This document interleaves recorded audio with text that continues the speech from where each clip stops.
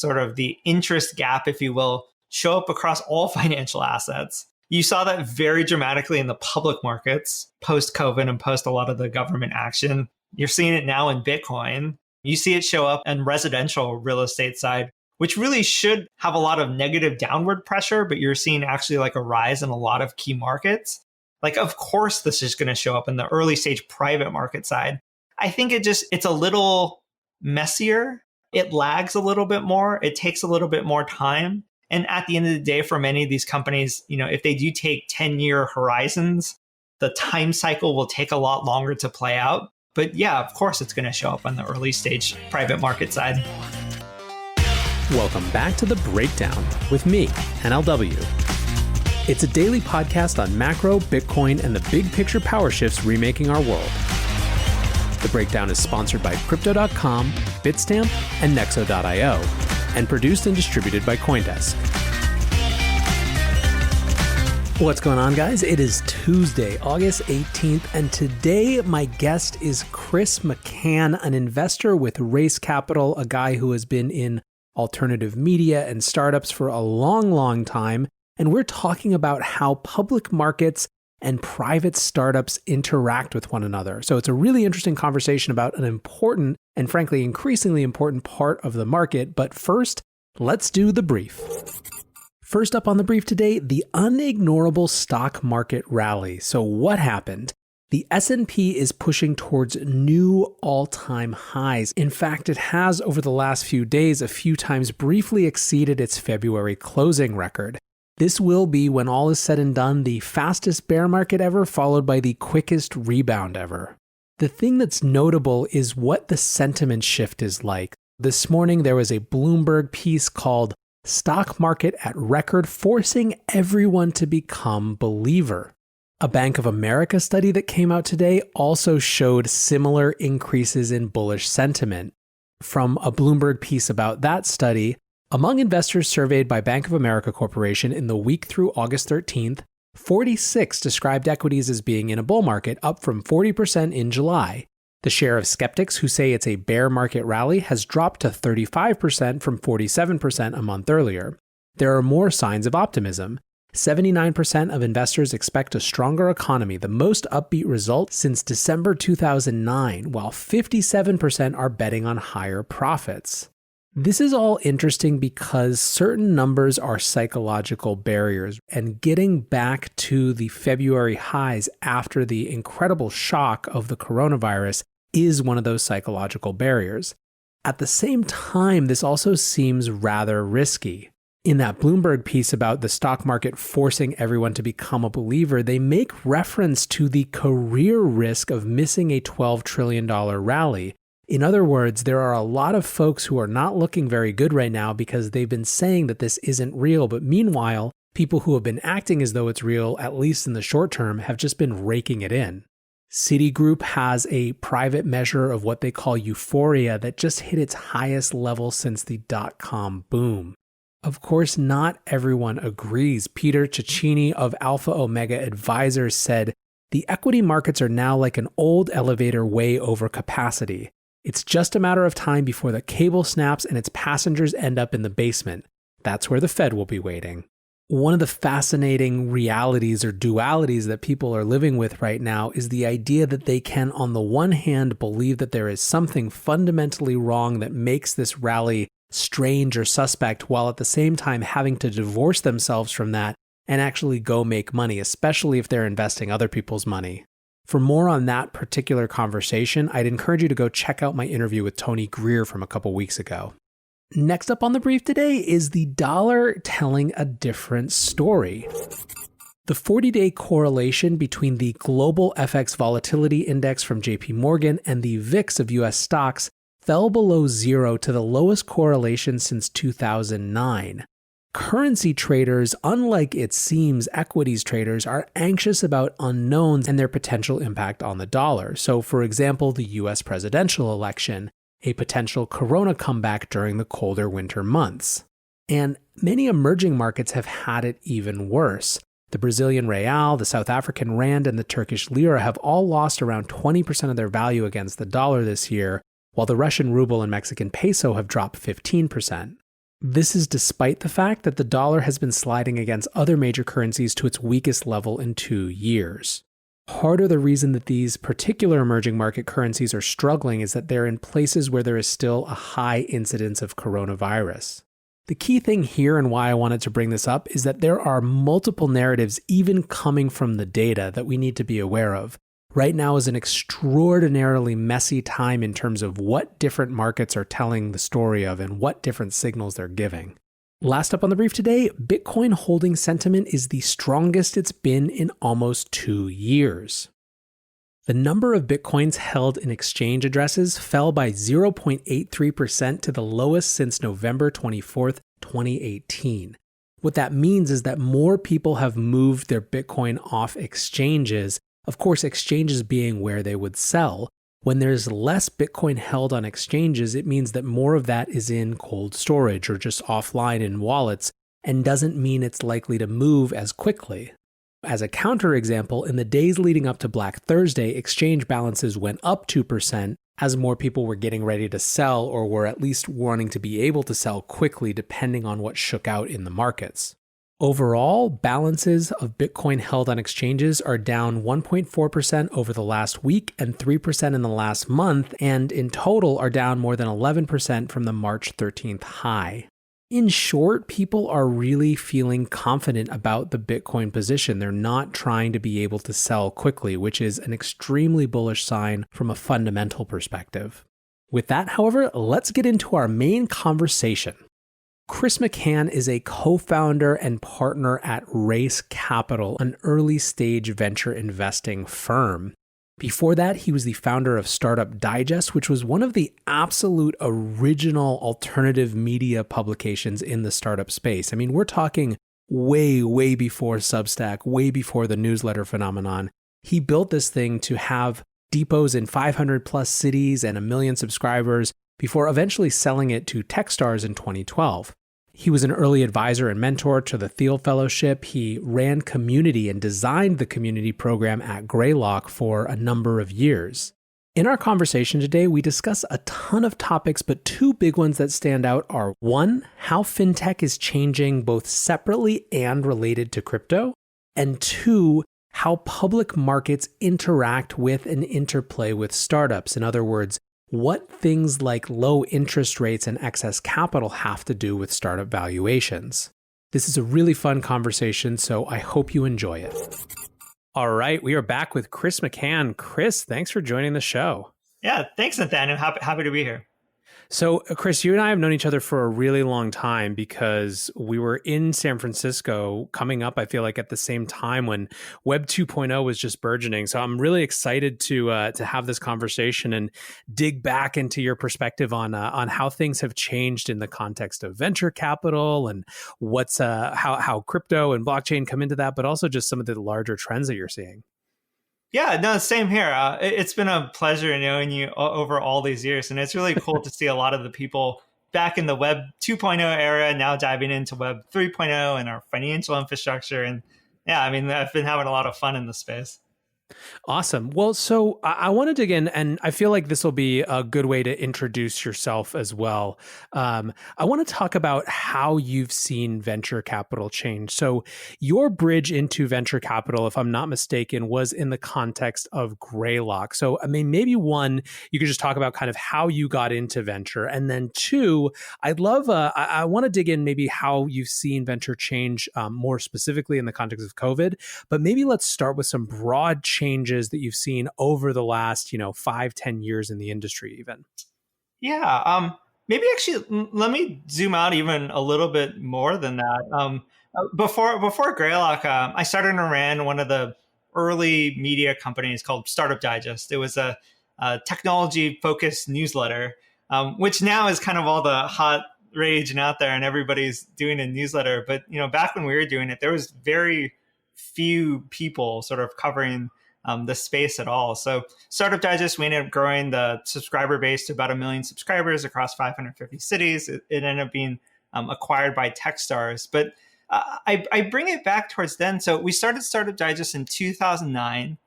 And back then, startups were a thing, but they weren't necessarily like this popular thing that everybody did. It was more the geeky people, the nerds, the programmers, the developers, some stuff in enterprise. It was a much quieter, simpler space. And it was always more on the fringes, if you will. I don't know if you can categorically prove this or anything. I actually think one of the first things that really popularized startups was actually the Facebook movie. Because I remember pre-Facebook movie, it was still like this weird thing. And post-Facebook movie, you had a lot of the sort of Ivy League schools, consultant people, investment bankers, all wanting to jump into the startup space. And that was, I think the 2010, 11 timeframe. And after that, we've just seen a huge continuation of that. And how that affects like the venture capital side is, again, the venture capital space used to be a smaller, like a smaller subsector of the finance space, very much a kind of minority within the general private equity landscape. And now it has turned into, startups themselves have turned into this small fringe thing to this large mainstream thing. In fact, when you look at some of the largest companies in the world, many of them have shifted from oil and natural resource companies to now technology and data companies. And that has all shifted downstream. So startups are getting now raising more money than ever, higher valuations than ever, more VC funds than ever, all across the stages. And probably the biggest notable difference is, back then you didn't really have a lot of these late stage players into the space. So the other investment banks, private equity funds, sort of KKRs, BlackRocks of the world, these guys never dip their toes into any technology related stuff. And now it's almost the norm. So it's super interesting. So let's take this detour actually for a little while, because I think, so one, it sounds so normal now, right? We started this newsletter and it grew. I mean, a million subscribers at any time for newsletter, right? Like the big ones, Morning Brew and Hustle, like those are, on that order of magnitude of numbers, and reputable for, right? These are huge numbers, but still, like I think it's hard for people to remember, or I mean, they weren't even around then, but like TechCrunch was barely kind of getting up and running at that time, right? Mm-hmm. It was just sort of asserting itself as the first paper of record for startups at that time. So to have something that was this really kind of independent, non-traditional media company was really, really different. And I think it coincides with what you were saying, which is that the idea of startups as a thing, right? I mean, just by way of example, people didn't even know, like, did they spell it like start dash ups, or was it like two different words, right? And like, we were still, the folks who were coming out to San Francisco in that time period, 2007, 2008, 2009 were, it was the very earliest embers of M&A returning, right? I still remember at that point, like, it wasn't like a startup was getting acquired every day or every week even. It was like, they were really notable for these 20, 25, $30 million acquisitions. That was kind of the juice that started to get the engine revved up. And I think that you're right that sort of social inflection moment or the social network moment was an inflection point. And it felt like, every couple years there was another inflection point. But I mean, the entire time that I lived in San Francisco from 2009 to 2017, it was the group that had come a year before said it was too late, and like they were all over it because a new group had flooded in, right? And I think that part of the interesting thing that you're bringing up is that there was almost a two-sided shift. On the one hand, you had the increased supply of startups thanks to more people wanting to get into the space, right? More cachet. I think probably the accelerators had part to do with that, right? So you have more startups just coming up, doing more interesting things. It's also technology builds on itself, right? So infrastructure gets built and then people can kind of create downstream types of startups on top of other startups. But then you also have, to your point with the KKRs, et cetera, a new demand for startups as companies get kind of moved further out on the risk spectrum in terms of where they're deploying capital. And that's the part of the story that I didn't really get while I was there, while I was in the startup industry. All I saw was kind of the growth in the in sort of the ecosystem of companies itself. What I didn't see, or I didn't really recognize as such, was the role of the increase of capital and types of capital in driving the actual fundamentals of the industry itself. Yeah. Just to touch upon that, like, yeah, it's a very good frame of reference. Both you had an increase in supply after some of these large social networks got to sort of real legitimate scale. You had an exponentially decreasing cost of starting due to the fact of AWS and a lot of these infrastructure companies playing on. And then you had an increase in the market size. So as more and more people, moved businesses and spent more time and money online, you had an increase in just the total available market of all this, which fueled a lot of the increase in funding. So just the pure early stage funding in this industry. And then the thing that's drastically new now is, I don't know if there's like a term for this, but you almost see like the financialization of these smaller technology companies. Historically, you really never had these large growth B, C, D, E, F mezzanine rounds. You did rarely, but not at the scale that we're seeing now. And, especially when you talk to a lot of people on a lot of institutions on the LP side now, they're treating early stage technology as an asset class, like as a thing that you deploy money into. And again, that's a very different historical norm than we had in the previous decade. That's just kind of some of the big trends, like at least I've noticed since I've been here in Silicon Valley.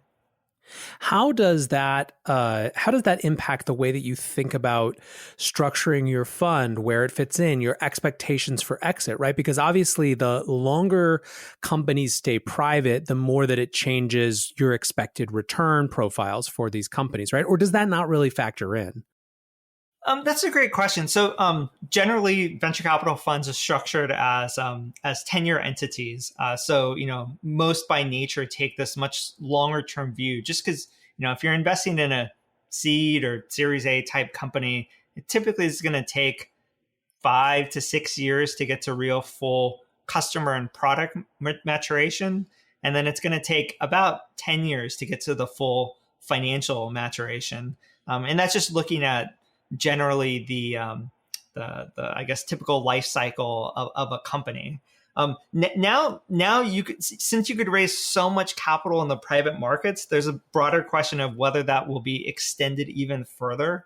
I remember back at Greylock, we did some of this analysis, and you were seeing companies stay private even much longer than that 10-year time horizon window. And now with the availability of capital on the late stage side, that could be pushed out even more. So I guess that affects. So with Race Capital, we're venture capital fund focused on the earliest stages, so pre-seed, seed, anything kind of pre-market fit. So I guess the two biggest changes for our side is, one, the markets are larger, so the available things that you can invest in has widened. Secondly, the time to returned capital will be longer. Hopefully those will be larger outcomes, but you have to plan and prepare for that. And then probably the biggest thing is what this affects is the valuations on the early stage side. So pre-COVID, we were regularly seeing things literally super, super, super early, getting anywhere between 10, 12, $13 million post-money valuations. These were typically a really solid person with an idea, no product, no customers, no revenue, no anything. That was sort of the norm in Silicon Valley. I think post-COVID, that has adjusted downwards a little bit to more healthier levels. So we've seen 150 companies in the past 4 months. Average seed stage valuation we're seeing now is a little under 10 million. But probably more importantly is the companies that are raising at that level, they typically have much more traction than pre-COVID. So typically They have a working product. They usually have a few customers. They're not at revenue scale, but they usually have a few sort of paying trackable, either monthly recurring revenue or customers with paid POCs. They've typically made more progress before they go out and raise, which I think that is a really, really healthy thing. I think pre-COVID, there was a lot of unhealthy signals, but a lot of that stuff have self-corrected.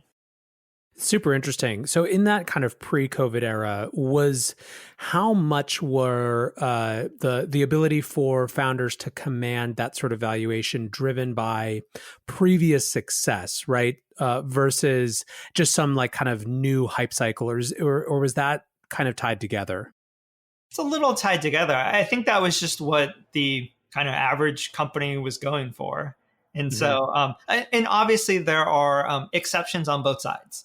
There's ones that are much higher than that, ones that are much lower than that, but that was kind of the norm. So, if I was a founder and started a new thing and I talked to, my friends who are also in a similar position, I'm going to triangulate to about that same size valuation and that same size amount of fundraise. So typically anywhere from $1 up to $2 million was sort of typical for, and again, this is primarily for Silicon Valley, early stage VC stuff. When you go outside of Silicon Valley, totally different numbers and dynamics and ranges for all of that. I think post-COVID the markets have thrown a wrench into all of this, where a lot of people are adjusting to it. Some market sectors are actually doing much better than before. Some are doing much worse. You have a lot of incomplete data across all this, and people are sort of figuring it out real time. But I think it's hard to escape the law of large numbers, if you will. Like wherever you see the market shift towards, the early stage private side typically will follow. Just usually has a little bit of a lag towards it. It's interesting. I mean, so this is a thing that I've been thinking about a lot because I never thought about it in this context. But going back to things in San Francisco that people love to complain about, this early stage valuation was one of them, right? Literally every year that I was there, it was like that and rent is what people would complain about growing too much. And I wondered, looking back, I was like, is this actually one of these hidden examples of where inflation shows up, right? Not in the consumer price index, but in the valuations of early stage startups. So what do you think? Yeah, I'm not a macro investor or macro trader. Again, we're primarily on the early stage venture side, but you've seen you've seen the sort of the interest gap, if you will, show up across all financial assets. You saw that very dramatically in the public markets post-COVID and post a lot of the government action. You're seeing it now in Bitcoin. You see it show up on residential real estate side, which really should have a lot of negative downward pressure, but you're seeing actually like a rise in a lot of key markets.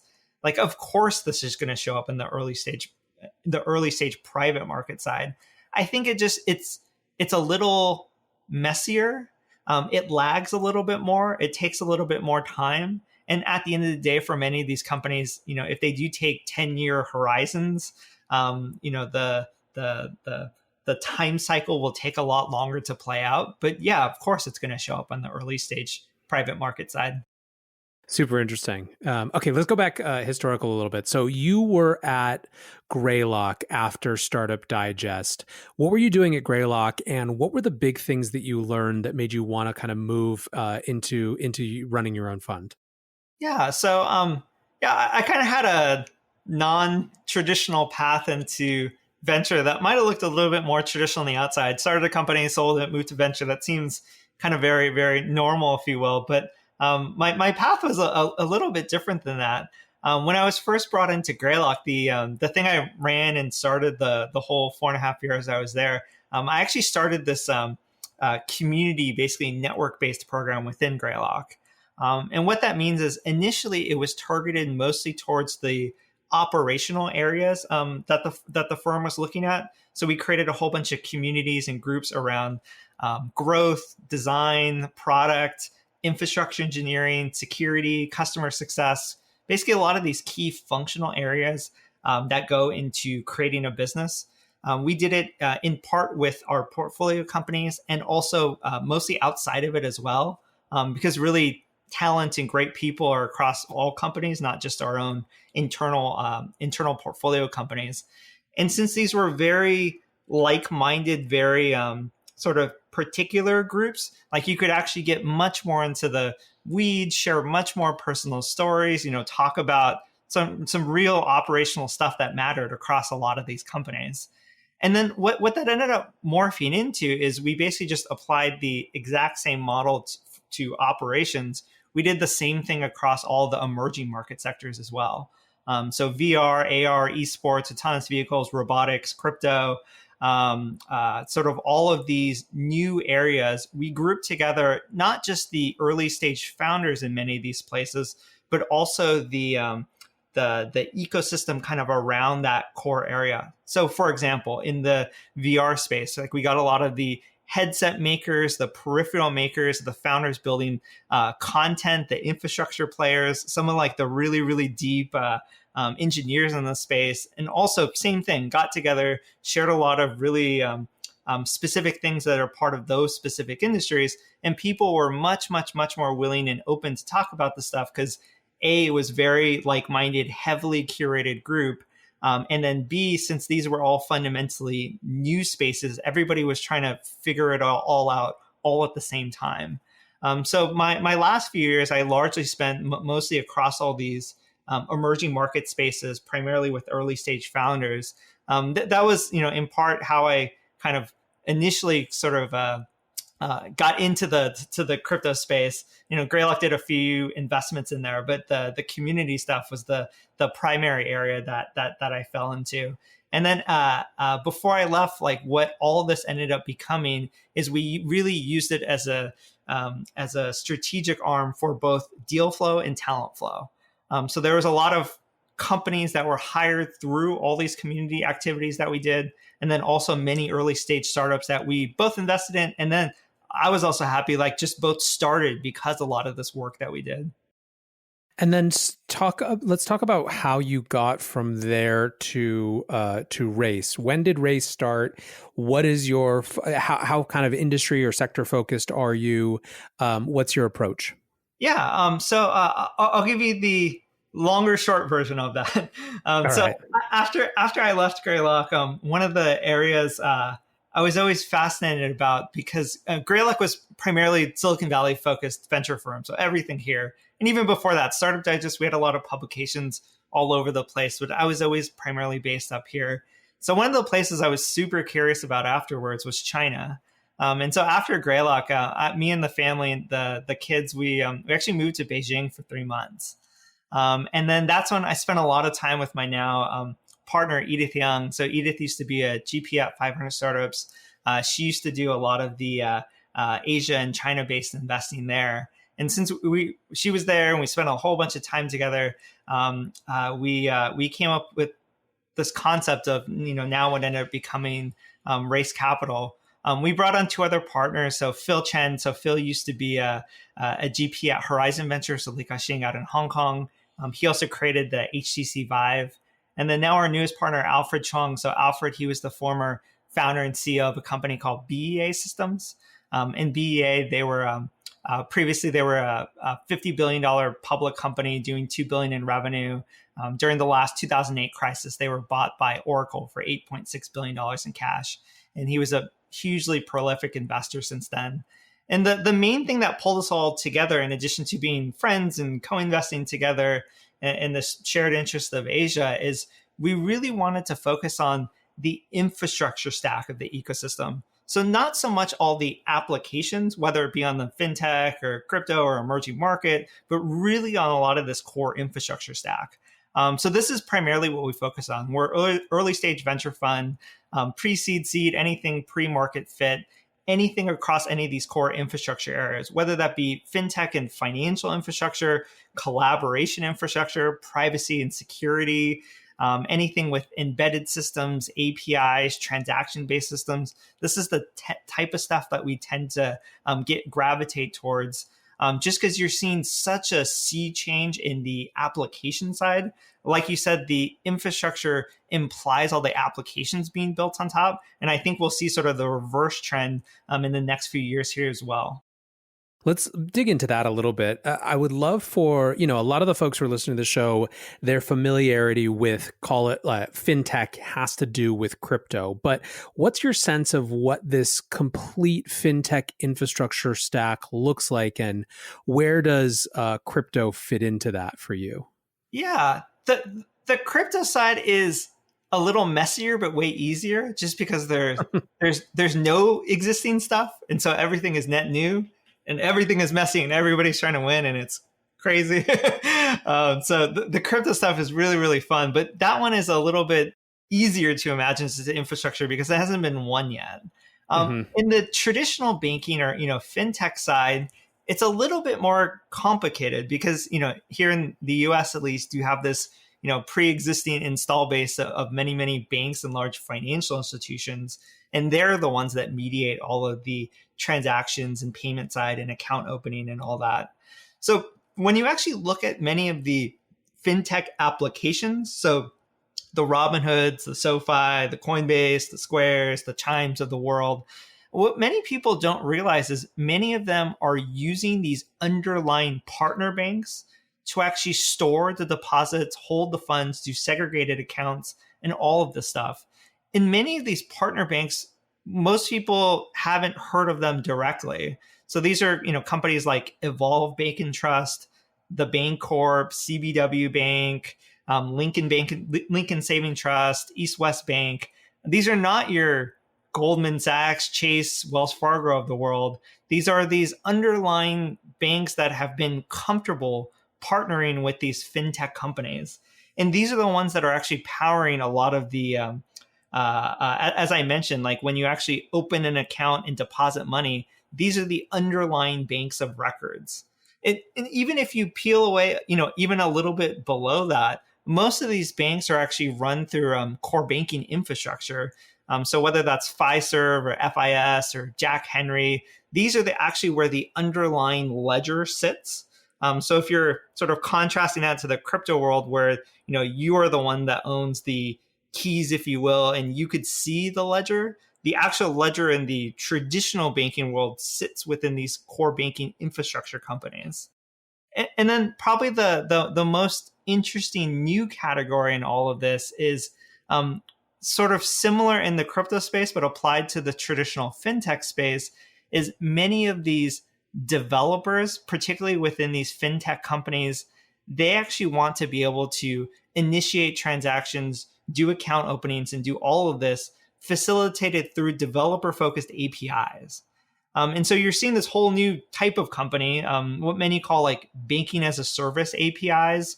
There's a few other names, but and these are companies like Synapse and Sila and Railsbank, and there's kind of a handful of others. This space is super new, has not been won yet, but this is basically allowing developers to be able to instrument these things within your own application and be able to take deposits, handle payments, and do all that facilitated purely through 100% developer-focused experiences.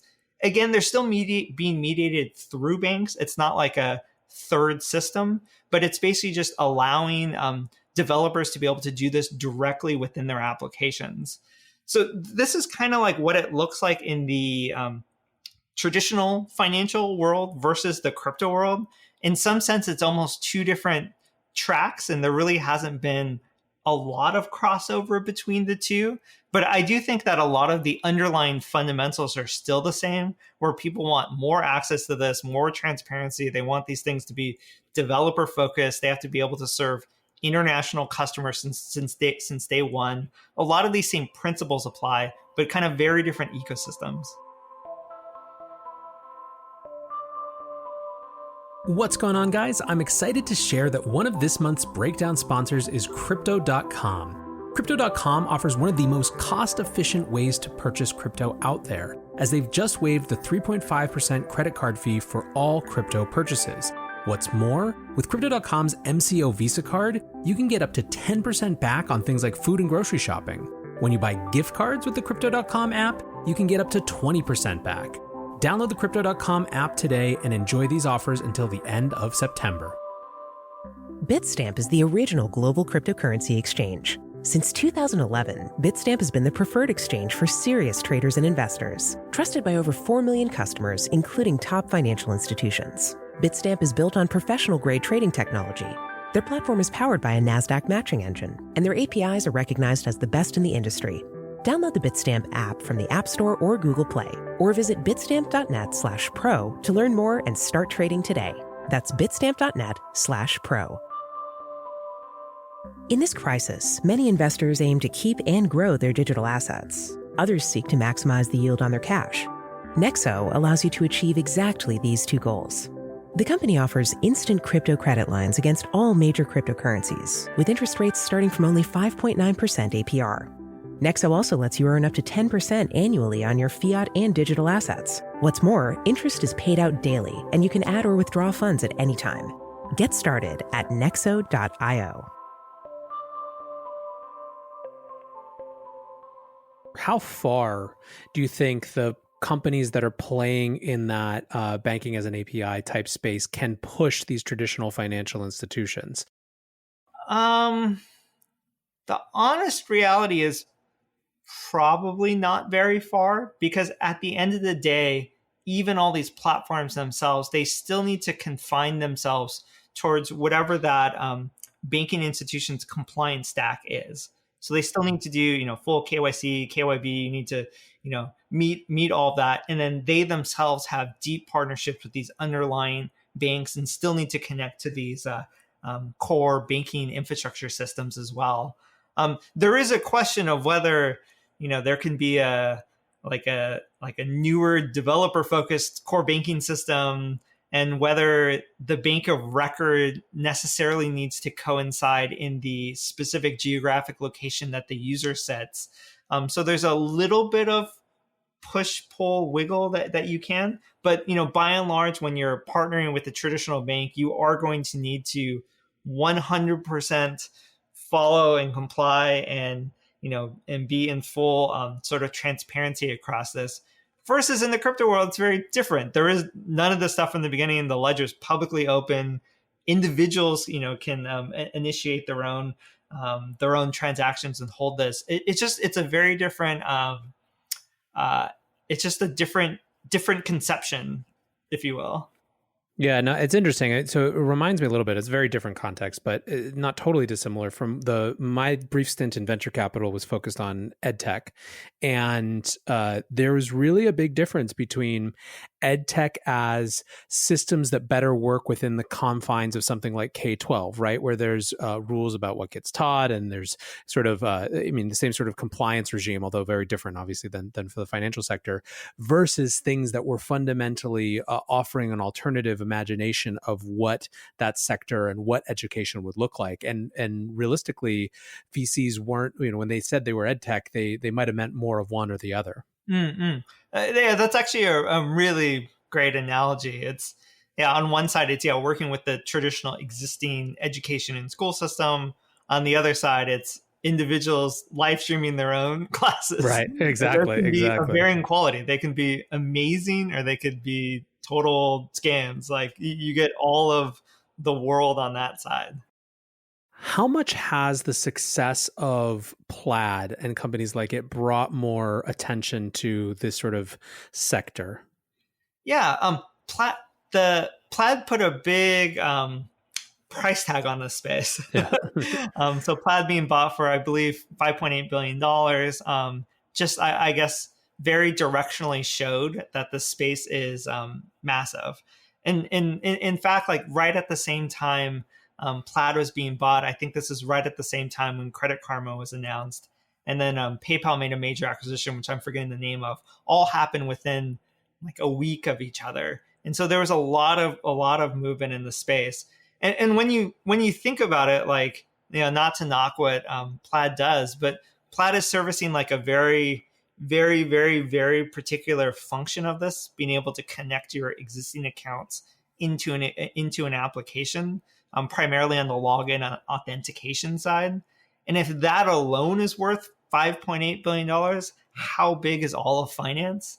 Mm-hmm. I mean, that's one of the more exciting things from an investor or like a venture perspective, because when you look at the financial services industry, and you're talking about hundreds of trillions of dollars of market value, whether that be in assets or payments or custody. I mean, these are huge, huge, huge markets. So there will be many, many, many winners and many, many, many subcategories. And unfortunately for the crypto people, there will probably be many, many middlemen across all this stuff, just because it's such a massive market. So you're finally seeing technology and SaaS companies and maybe crazier stuff actually dripping into the financial industry, which that itself is actually like a very new thing too. I want to actually take this in a slightly different direction too and ask you about China, because obviously, all of you guys at this fund have not just China, but kind of Asia investing experience as well.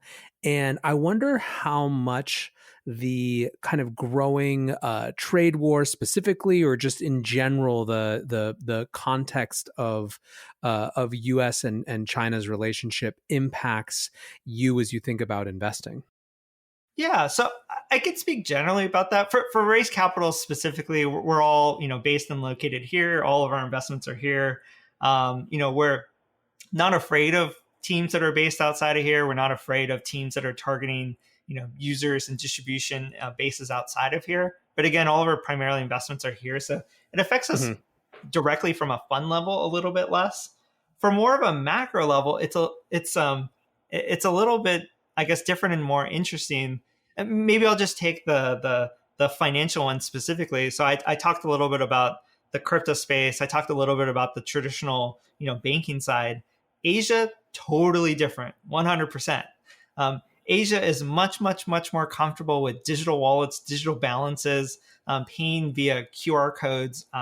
In fact, one of the we invested in a company at Race Capital called Sitcon, which they're based here, but they basically allow QR code-based payment wallets to connect to POS systems here. They were initially targeting basically Chinese travelers to the US. So if you have your balance in a WeChat wallet, you'd be able to pay a US-based merchant. So, a Fendi or they partnered with all of the casinos and cruise lines and luxury brands and all that stuff. They have 500,000 merchants or 50,000 merchants across 500,000 locations, and their payment volume is huge. I can't say specific numbers, but it grew extremely fast. And now that they did this, basically all of the US-based payment wallets are also waking up to this fact. They're like, hey, if you could store a balance in your wallet, why not just pay directly via this? And so in Asia, the infrastructure system there is totally different. You don't really have this large incumbent financial institutions. You have a very different makeup of how their payment infrastructure works. In China, it's primarily led by WeChat and Alipay. In many other countries, they have their own local variation of it, whether that's Grab or sort of a whole host of other ones. And so I think a lot of this stuff, it's well worth the time for investors to really understand the different dynamics in different places and how the ecosystem develops, what the products look like, what the entrepreneurs are, because, Asia in some respects is far ahead of us, particularly when you look at financial infrastructure and payment technology. I'd argue is far further from the US. More advanced than the US. Sometimes I almost feel coming back things here tend to work a little bit slower versus there you actually see much more innovation. Yeah, no, I think it's a lot of people recognize that. And part of what makes crypto so interesting is that in some ways it's the first technology industry, at least that I've seen, that really has grown up in different parts of the world, around the world at the same time, rather than being built in one place and then kind of exported out, which has given it a distinct set of kind of, differences and flavors and tension sometimes, but it's definitely different than a lot of different industries. Yeah. One of the things that attracted me and still is attracts me to the crypto space specifically is just how international it is from day one. It's just very it's the same thing across the place. There definitely is, with some of the local exchanges and regulations, are a little bit of guardrails in some of this stuff, but it's very internet native, which again, in the financial space is totally different and weird and new. But yeah, it's its own kind of unique thing. So earlier in our conversation, you were talking about some of the things that have shifted post-COVID for early stage investing, particularly around startup valuations, as well as how far along, right? So maybe investors are looking to de-risk just a little bit. I'm interested in your take, on kind of some of the shifting narratives that you're seeing in Silicon Valley, by which I mean sort of the metaphor of investors rather than the specific geographic place. But what are some of the consensus views or shifted consensus views that you agree with, and what are some that you think maybe people aren't quite seeing yet? That's a great question. Maybe a few contextual points to add to that. So yeah, post-COVID, Silicon Valley, I think there's a lot of things at play and a lot of things shifting. Maybe one of them, just to talk about the valuation side a little bit more, is a lot of there is a strain of thought, which I don't necessarily agree, in Silicon Valley, that basically valuations don't matter at all. Mm-hmm.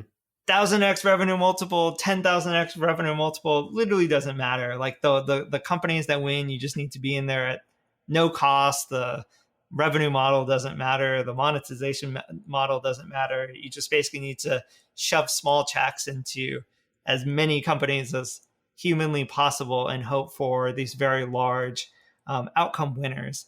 A lot of people follow this thesis, invest in this thesis. I fundamentally disagree with this. When you look at from a more of a founder and company building perspective, like customers, revenue, profitability, who you're going after, who the buyer is, who's the decision maker is, all this stuff really, really matter. How you run this, how you operationalize this. Customer revenue is customer happiness.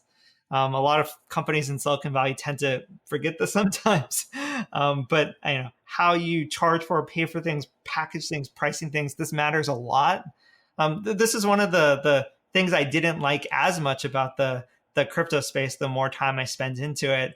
I remember post Greylock, but pre Race Capital, I made a whole host of angel investments in the crypto space. Some of them have done really well. So I was one of the very first, investors in Binance before they launched. And on the fund side, we invested in FTX before they launched, and sort of a whole host of other ones. But one of the things I didn't like as much is I remember we would kind of come in, or I would talk to early stage founders, and I would ask, okay, like, who's your customer? How do you think about distribution? How do you think about adoption? Do you have any POCs? Kind of a lot of the normal stuff. And a lot of people in the space are like, yeah, none of this stuff really matters. We just have this big vision and this big dream, and we're going to go after it, and we want to raise at $100 million valuation. And why that sounds sexy and cool and all that, it really misses out on the fundamentals of why you're building this company in the first place. I dangerously see some of that same mentality seep in to Silicon Valley a little bit. Maybe just because of the extreme valuations we're seeing in the public market side, some of that perception's coming down. I see that to persist. I think we'll see a lot more sort of crazy stories come out of this, but I also think just being an entrepreneur and a founder, you got to be really, really careful, and you got to pick long-term partners you really want to build the company around. Because at the end of the day, it's the company that matters, not the dream or the valuation. It's what you build and what people use. That's that's the thing that matters at the end of the day. Yeah, and I completely agree. I guess I think it's interesting to hear you kind of draw the connection between some of the irrational exuberance, let's call it, on Wall Street to crypto, to just Silicon Valley startups in general. I think that this connection point between public markets and private stage companies is really underdeveloped in a weird way, as like a muscle or just a perspective, I guess. I've even been thinking about it. I don't know if you've been having any conversations about SPACs and this sort of Mm-hmm. huge trend right now. But you're finally starting to see this really clear. Basically for years, Silicon Valley has just kind of looked at public markets as this sort of frustrating, annoying thing that they have to get to at some point. Whereas it seems like there's more of SPACs, I guess you could kind of read as an attempt for Silicon Valley to impose its will on the IPO process rather than abide by it. But I don't know. I guess it's an interesting point that you're making, just kind of seeing the connection between the two, I think. Yeah, it's funny. We just did a Zoom cast, like a live Zoom event the other day with one of our limited partners. His name's Bill Janeway. He's a legendary VC. He was the former vice chairman of Warburg Pincus. He was the one that actually led the investment in BA Systems, the company my partner started. They did their $50 million investment turned into $8 billion returned back to the LPs. It was one of the biggest disbursements of capital ever in the history of all of venture capital. And the thing he said about SPACs sticks out to me is he said SPACs is not a new concept. All of this stuff happened before, and it happened during all of the peak of the 1999 bubble. And so when you hear all this stuff being talked about, you should be scared and run.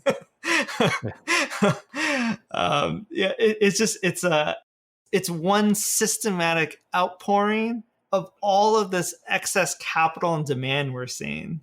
Not to knock any of the SPACs and not to say some of these will be sort of interesting financial model, but again, it's another example of this super low interest rate environment, this huge capital excess trying to find technology as this huge financial asset class, which is there's certain aspects of that which are very, very unhealthy.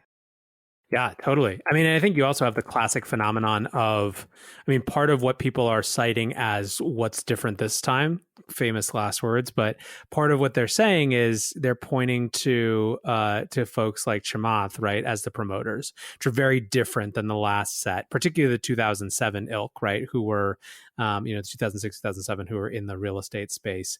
But the problem is that once you have a vehicle that started to do well, then you have everyone spin up their own version of it. And just by nature, it creates dilution. It also has this fascinating impact. I think SPACs are really interesting, but it has this fascinating impact of creating more competition that bid up prices, because there's this interesting incentive to get the deal done in the window that you have to get the deal done, even if you have to pay a little bit more for it. So it's a really fascinating force that I think there's a lot of people who are both, I don't think it's impossible to be very interested in how it plays out while also kind of skeptical or cautious at the same time.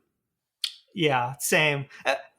Again, for Raise Capital, we tend to deal with really early stage stuff. And, our number one advice to a lot of these early entrepreneurs is sometimes you just got to ignore Silicon Valley Twitter or crypto Twitter, and you got to be heads down and you got to focus on customers and some of the stuff that matters and picking long-term partners. There's a lot of this crazy stuff, and some of it is a little bit of a virtuous cycle and some of it will come back. But at the end of the day, the companies that are building enduring things that matter, we always forget that. We always kind of got to go back to it. But yeah, it's fun to talk about these things. I wonder what the long-term impact of them will be.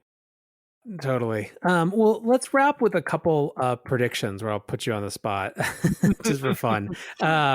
Your business is ultimately to see the future, right? So, you spend a lot of time with frontier industries, let's call them, in the Greylock days. Obviously, you're still, thinking about a lot of things that are still developing. Of these kind of frontier industries, maybe that people are familiar with, what do you think is something where it still has a lot of time to develop versus its time is getting a lot closer? I'll pick the maybe two, maybe I'll do three. The one obvious one is crypto's super interesting. I think it has a long time to develop. I think at some point it's going to have to build some scaffolding and railing and all that stuff into traditional systems, or it will have a really hard time surviving as an independent system. That's a little bit easier one, just because so much of our interest areas gather into both of those. Maybe I'll take two with a little bit of a historical observations. So one, at Greylock, I spent a bunch of time in the VR space. And I remember at the time, everybody was plotting out these huge uptick in adoption cycles for headsets. And I remember for us, we're like, okay, like, a lot of these entrepreneurs are very optimistic. Why don't we haircut that by 90% and just take that as the baseline adoption cycle? And how history has played out, even that was far too aggressive. It more looked like a 99.9%. The projections for what we thought it might hit I think when we looked into it was like 2014. So I think it was the 2014 or 15 holiday cycle were really a fraction of like what it was projected out to be. So a few lessons from that. One, fundamental consumer behavior change is really tough. Anything in the consumer markets is very hard. New behaviors, new adoptions, new devices, new stuff. When it happens, some of these things that have abnormally large outcomes, trying to predict or push that in a certain direction, super, super, super hard. And then for most companies, like you really need to limit the scope to what you're trying to solve to decrease as many variables as possible. If you have technical risk and adoption risk and consumer risk, and will this even ship risk, and can you even build this risk? Like if you layer on too much of these things, a lot of it, the entrepreneurs themselves cannot control all of them. And that's like a really scary proposition to be in. So VR, well, I still think it's a super, super interesting technology. And there's a whole bunch of VR experiences that I found utterly mind-blowing. I think it will take it's already taken much longer than most people anticipated. And I think it'll take even longer from that. And maybe just the more general one is these things tend to take longer than what most people optimistically assume. And a lot of these hype cycles from VR to AR to autonomous vehicles to even AI, they will all affect us eventually. It's always just a matter of timing. And most people in Silicon Valley tend to be way optimistic on when this will happen. Not saying its effect will be important, but the timing matters a lot. I think this is one of the great lessons for anyone who's in investing or building on the startup side is so much of this comes down to when was the right time, and were we the right company for the right time, not just were we the right company. Yeah.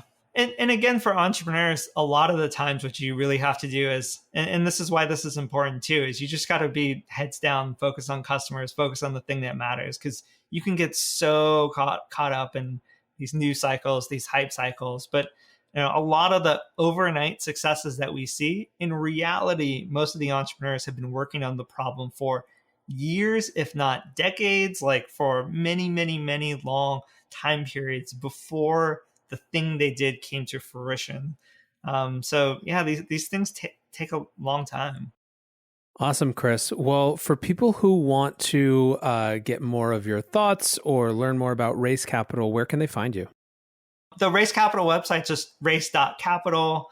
I'm on Twitter, LinkedIn. It's super easy to find me, just Chris McCann.